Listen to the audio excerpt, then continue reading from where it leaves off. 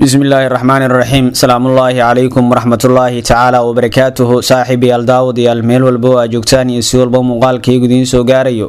halkaad inaga daawanaysaan waa barta aynu youtube-ka ku leenahay runsheeg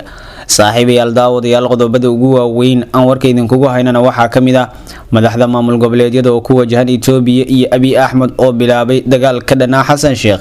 amiirka al-shabaab Abu Cubayda oo fariin asagootin ah u diray ciidamada Atmas iyo dad ku dhintay shil gaari oo ka dhacay magaalada Hargeysa qodobadaas iyo kuwa kale ayaan saaxiibayaal idiin soo gudbin doonaa hadduu Rabbi raalli ka noqdo fadlan haddii aad nagu cusubtiin waxaan si naxariis leh idinkaga codsanaynaa inaad channelka subscribe inoo saadhaan like ina nagu dhiirigelisaan gamaleelka furataan si warbixinadii ugu dambeeyay aad u heshaan idinkaale saaxiibayaal daawadayaal sida hordhaca warkayga baad ku daawateen hadaynu ku bilowno madaxda maamul goboleedyada dalka ayaa ku wajahan Itoobiya sidoo kale Abiy Ahmed oo ra'iisul wasaaraha dalkaasi ayaa bilaabay dagaal ka dhan ah madaxweynaha cusub ee Soomaaliya Xasan Sheekh Maxamuud xukuumadda Addis Ababa ayaan jeclaysan doorashada Xasan Sheekh Maxamuud iyadoo taa beddelkeeda hadda bilowday in ay abaabusho maamul goboleedyada dhawaan waxaa jiray kulan dhex maray markaasi madaxda maamul goboleedyada sidoo kale madaxweynaha Soomaaliya Xasan Sheekh Maxamuud ayaa kulankaasi waxa uu ku sheegay in madaxda maamul goboleedyadu ay leeyihiin awoodooda markaasi ay dalka dibadiisa shirar ay uga qayb gali karaan ila xog ogaal ayaa hadda waxay noo xaqiijiyeen in madaxda maamul goboleedyada loo diray fariimo taasoo markaasi ku aadan casuumaad uga timid dhinaca Abiy Ahmed iyadoo dhawaan la filayay inay halkaasi tagaan waxaa hadda halkaasi waa markaasi Itoobiya ku sugan madaxweynaha dowlad goboleedka Puntland Siciid Cabdullaahi Deni iyadoo sidoo kale madaxda maamul goboleedyada dhammaantood ay halkaasi gaari doonaan si markaasi ay kulan ula qaataan ra'iisul wasaaraha markaasi Itoobiya Abiy Ahmed kaasoo hadda bilaabay olole xoogan oo markaasi ugu jiro in Xasan Sheekh Maxamuud uu u yeelo mucaaradkii ugu horeeyay markaasi dhinaca maamul goboleedyada kaga imaanaya Xasan Sheekh Maxamuud oo madaxweynaha Soomaaliya ayaa aad u dhaliili jiray markaasi ra'iisul wasaaraha Itoobiya Abiy Ahmed kaasoo saaxiib dhow la ahaa madaxweynaha xafiiska baneeyay mudane Maxamed Cabdullaahi Farmaajo taa beddelkeeda xukuumadda Abiy ayaa hadda waxa ay bilowday dagaal markaasi ka dhan ah Xasan Sheekh Maxamuud iyadoo dhawaan wafdi heer caalami ah u diday maamulka Somaliland halkaas oo markaasi ay ku yeesheen oo kulamo xasaasi ah xukuumadda Abiy Ahmed ayaa hadda waxa ay bilowday abaabul xoogan ay ugu jidho in markaasi ay isku dhinac marsato madaxda maamul goboleedyada iyadoo ballanqaad cajiib ah qaarkood u sameynaysa taasoo ah in ay dib ugu soo laabanayaan markaasi hogaanka markaasi maamul goboleedyada ay hogaamiyaan iyada oo Siciid Cabdullaahi Deni iyo sidoo kale Axmed Madoobe ay labaduba yihiin labada markaasi hadda ugu daran ee wajahaya culayska markaasi kaga imaanaya dhinaca markaasi Xasan Sheekh Maxamuud ila diblomaasiyadeed ayaa inoo xaqiijiyay in markaasi Abiy Ahmed uu doonayo in uu go'aan rasmi ah ka qaato dowladda Xasan Sheekh Maxamuud maadaama uu hadda heshiis la gaarayo madaxda maamul goboleedyada si ay uga caawiyaan dagaalka markaasi ay kula jiraan xukuumadda Abiy Xasan Sheekh Maxamuud madaxweynaha Soomaaliya Xasan Sheekh Maxamuud oo markaasi u safraya dalka dibadiisa maalmihii ugu dambeeyay ayaa hadda waxa uu markaasi ku sugan yahay Eritrea halkaas oo markaasi kaga qayb galayo inuu maalmaha ciidka uu kula qaatay ciidamada xooga dalka Soomaaliyeed ee halkaasi lagu tababarayay muddada 2 sano iyo dheeraadka ila xog ogaal ayaa saaxiibayaal waxay xaqiijinayaan in madaxda maamul goboleedyada sida Puntland Jubbaland Hirshabelle Koonfur Galbeed Galmudug iyo sidoo kale Somaliland bay u socdaan Itoobiya Addis Ababa si markaasi ay ula kulmaan ra'iisul wasaaraha dalkaasi Abiy Ahmed lama saadaalin karo waxa markaasi kulankaasi ay markaasi ku lafagurayaan balse diblomaasiyiinta ayaa waxay xaqiijinayaan in markaasi Abiy Ahmed uu hadda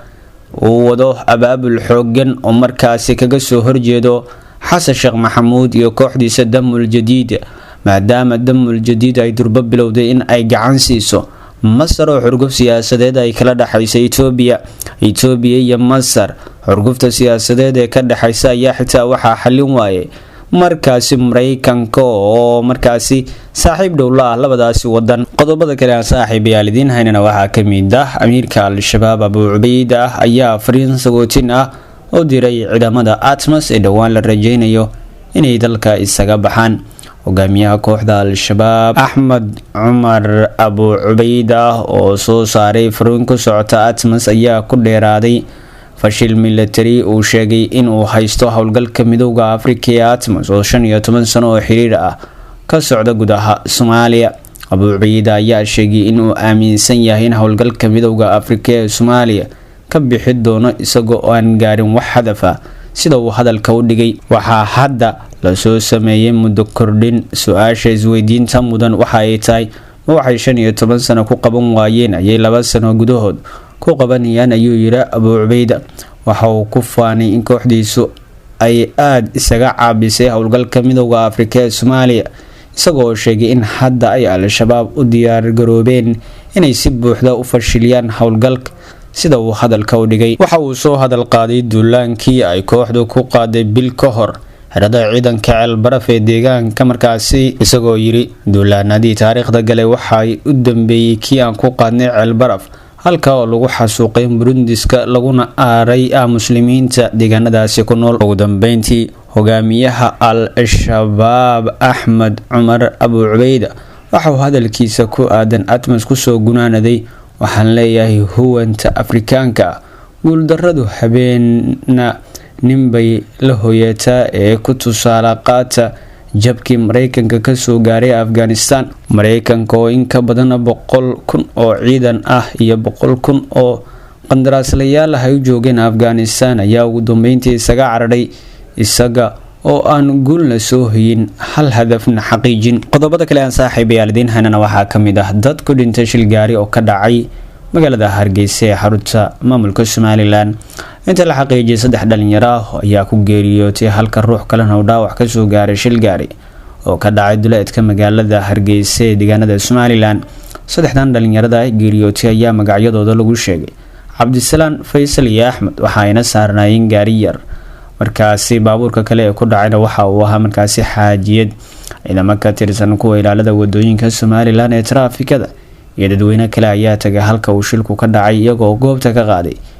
meydka dhalinyarada iyo dhaawaca qofka kale. wararka ayaa intaasi ku daraya in ciidamada traafikada ay xireen darawalada labada gaari ee isku dhacay kuwa oo la geeyay saldhigga booliiska magaalada Hargeysa. dhowr jeer ayaa magaalada Hargeysa iyo deegaanada ku dhow waxaa ka dhacay shil gaari iyadoo inta loo aaneynayo baabuur xoogan oo ku jiraan wadada u dhaxaysa magaalooyinka Hargeysa iyo sidoo kale Berbera. Waxa saaxiibayaal intaas ayaan ku soo gabagabeynaa warkii aad ka daawaneysay Runsheeg TV. fadlan haddii aad nagu cusubtiin waxaan si naxariis leh idinkaga codsanaynaa inaad channelka subscribe noo saadhaan, like na nagu dhiirigelisaan, gamaleelka furataan si warbixinadii ugu dambeeyay aad u heshaan idinka.